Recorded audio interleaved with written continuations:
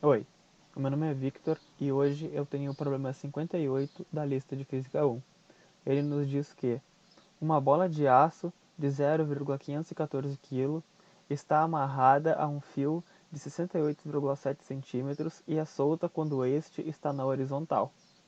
No fim do arco de 90 graus descrito pela bola, ela atinge um bloco de aço de 2,63 kg que está em repouso numa superfície sem atrito.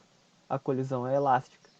Determine a velocidade da bola e b. a velocidade do bloco, ambas imediatamente após o choque.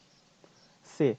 Suponha que, agora na colisão, metade da energia cinética mecânica será convertida em energia interna e energia sonora. Determine as velocidades finais. Então, aqui a gente tem o esquema descrito. A gente tem a bola, inicialmente parada, que é largada e atinge o bloco, que também está parado. E a gente quer saber a velocidade de cada um deles após a colisão. E a gente tem a massa da bola e do bloco. A gente vai começar calculando a velocidade da bola logo antes de atingir o bloco. Olhando, dá para perceber que a bola vai descer essa distância de 68,7 centímetros. Como ela está inicialmente parada e aqui vai ser, logo antes de atingir o bloco, o fim da descida dela, dá para deduzir que a energia inicial da bola é apenas potencial gravitacional e a final é apenas cinética. Por conservação de energia, a gente pode equacionar isso e a gente descobre que a velocidade da bola logo antes de atingir o bloco é de 3,67 metros por segundo. Então, vamos equacionar a situação.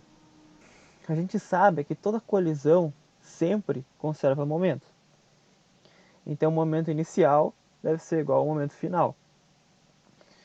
M1 é a massa da bola, M2 é a massa do bloco, VA é a velocidade da bola logo antes da colisão, VB é a velocidade da bola após a colisão e VC é a velocidade do bloco após a colisão. Como o bloco está inicialmente parado, o momento dele é zero e por isso ele não aparece no lado esquerdo da equação.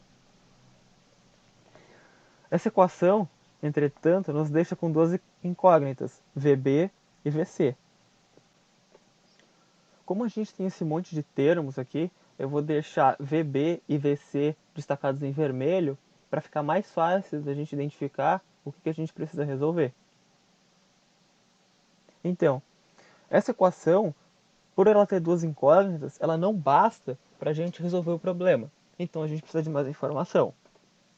Como o problema nos diz que a colisão é elástica, então ela também precisa conservar energia.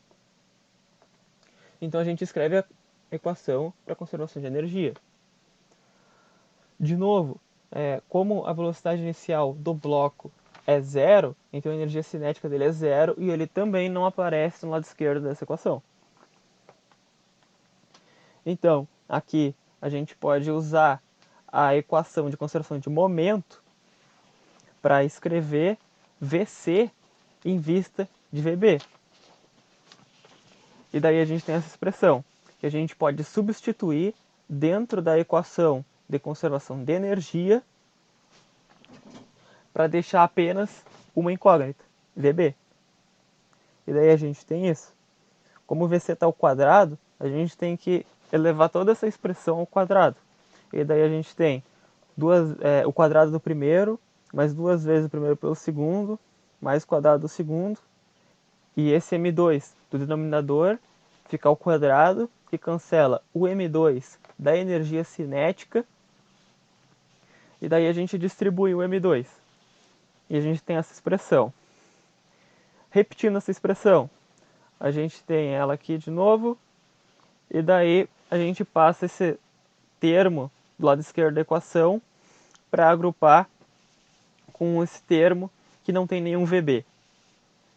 E a gente tem essa expressão, um meio aqui, e aqui a gente também tem um meio, então não precisa fazer nada. Como aqui a gente tem M2 no denominador, a gente vai ter que multiplicar isso aqui por M2, passa subtraindo, a gente tem M1, M2, VA quadrado. Daí prosseguindo, a gente agrupa esse termo VB quadrado com esse termo VB², a gente tem 1 meio e 1 meio. Aqui a gente tem M2 no denominador, então a gente tem que multiplicar isso aqui por M2 também, se a gente quer trazer ele para cá. Então daí a gente tem M1, M2, VB². Isso aqui, a gente tem que 1 meio dessa expressão toda é igual a zero. Se 1 meio da expressão toda é igual a zero, então a expressão também tem que ser igual a zero. Isso aqui nos deixa com uma equação de segundo grau.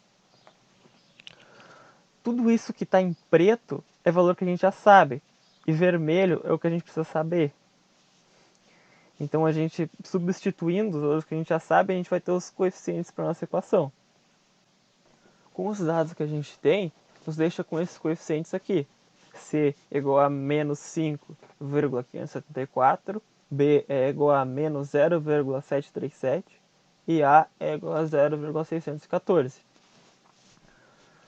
Colocando isso numa forma de Bhaskara ou qualquer artifício para resolver a equação de segundo grau, a gente tem que x1 é igual a 3,67 e x2 é igual a menos 2,47.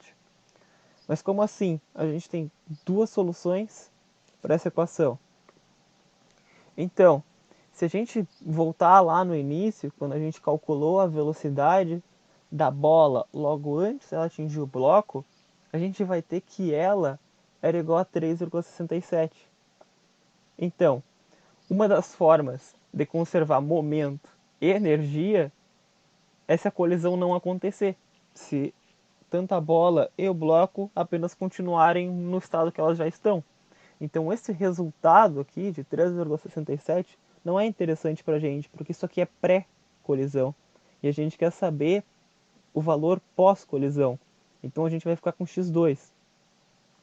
Daí então, VB, que é a velocidade da bola após a colisão, é menos 2,47 metros por segundo.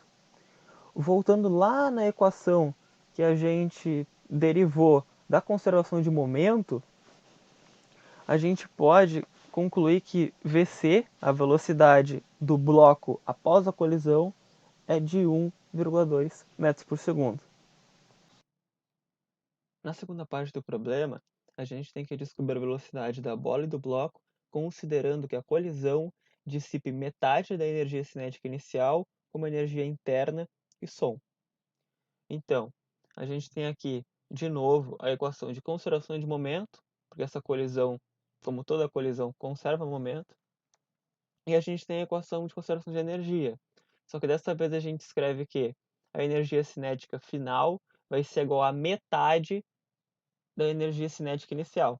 Por isso esse 1/2. Daí a gente faz a mesma coisa aqui no primeiro passo. A gente escreve VC em termos de VB, substitui na equação de conservação de energia, e daí a gente agrupa os termos para montar a nossa equação de segundo grau. Substituindo os valores, a gente tem os três coeficientes, C, B e A. Resolvendo essa equação de segundo grau, a gente tem essas duas raízes, que é a velocidade da bola pós essa colisão que dissipa metade da energia cinética como energia interna e som, pode ser de 2,55 metros por segundo ou menos 1,35 metros por segundo. Então, como que a gente sabe qual desses resultados é o certo? Diferentemente lá do primeiro passo, aqui a gente não pode comparar com a velocidade inicial da bola. Nos dois casos ela é diferente. Por quê? Porque nessa colisão a gente não está conservando energia cinética. Então o que a gente vai fazer? Substituir essas duas velocidades da bola pós-colisão e calcular a velocidade do bloco pós-colisão.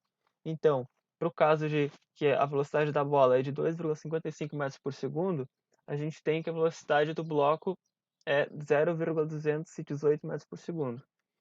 E no outro caso, em que a velocidade da bola é menos 1,35 metros por segundo, a gente tem essa velocidade do bloco, 0,98 metros por segundo. Então, qual está certo? Se a gente olhar para as velocidades de cada um dos casos, dá para perceber que, no primeiro, a velocidade da bola está no mesmo sentido que a do bloco e é maior. Então, não faz sentido que a velocidade da bola que atingiu o bloco pelo lado esquerdo tem uma velocidade maior para a direita do que o bloco. Então a gente desconsidera esse resultado e considera apenas esse, em que a velocidade da bola tem um sentido oposto à velocidade do bloco. Então, ficando com a segunda opção, a gente tem que a velocidade da bola após a colisão, que dissipa metade da energia cinética inicial, é de menos 1,35 metros por segundo, e a velocidade do bloco vai ser de 0,98 metros por segundo.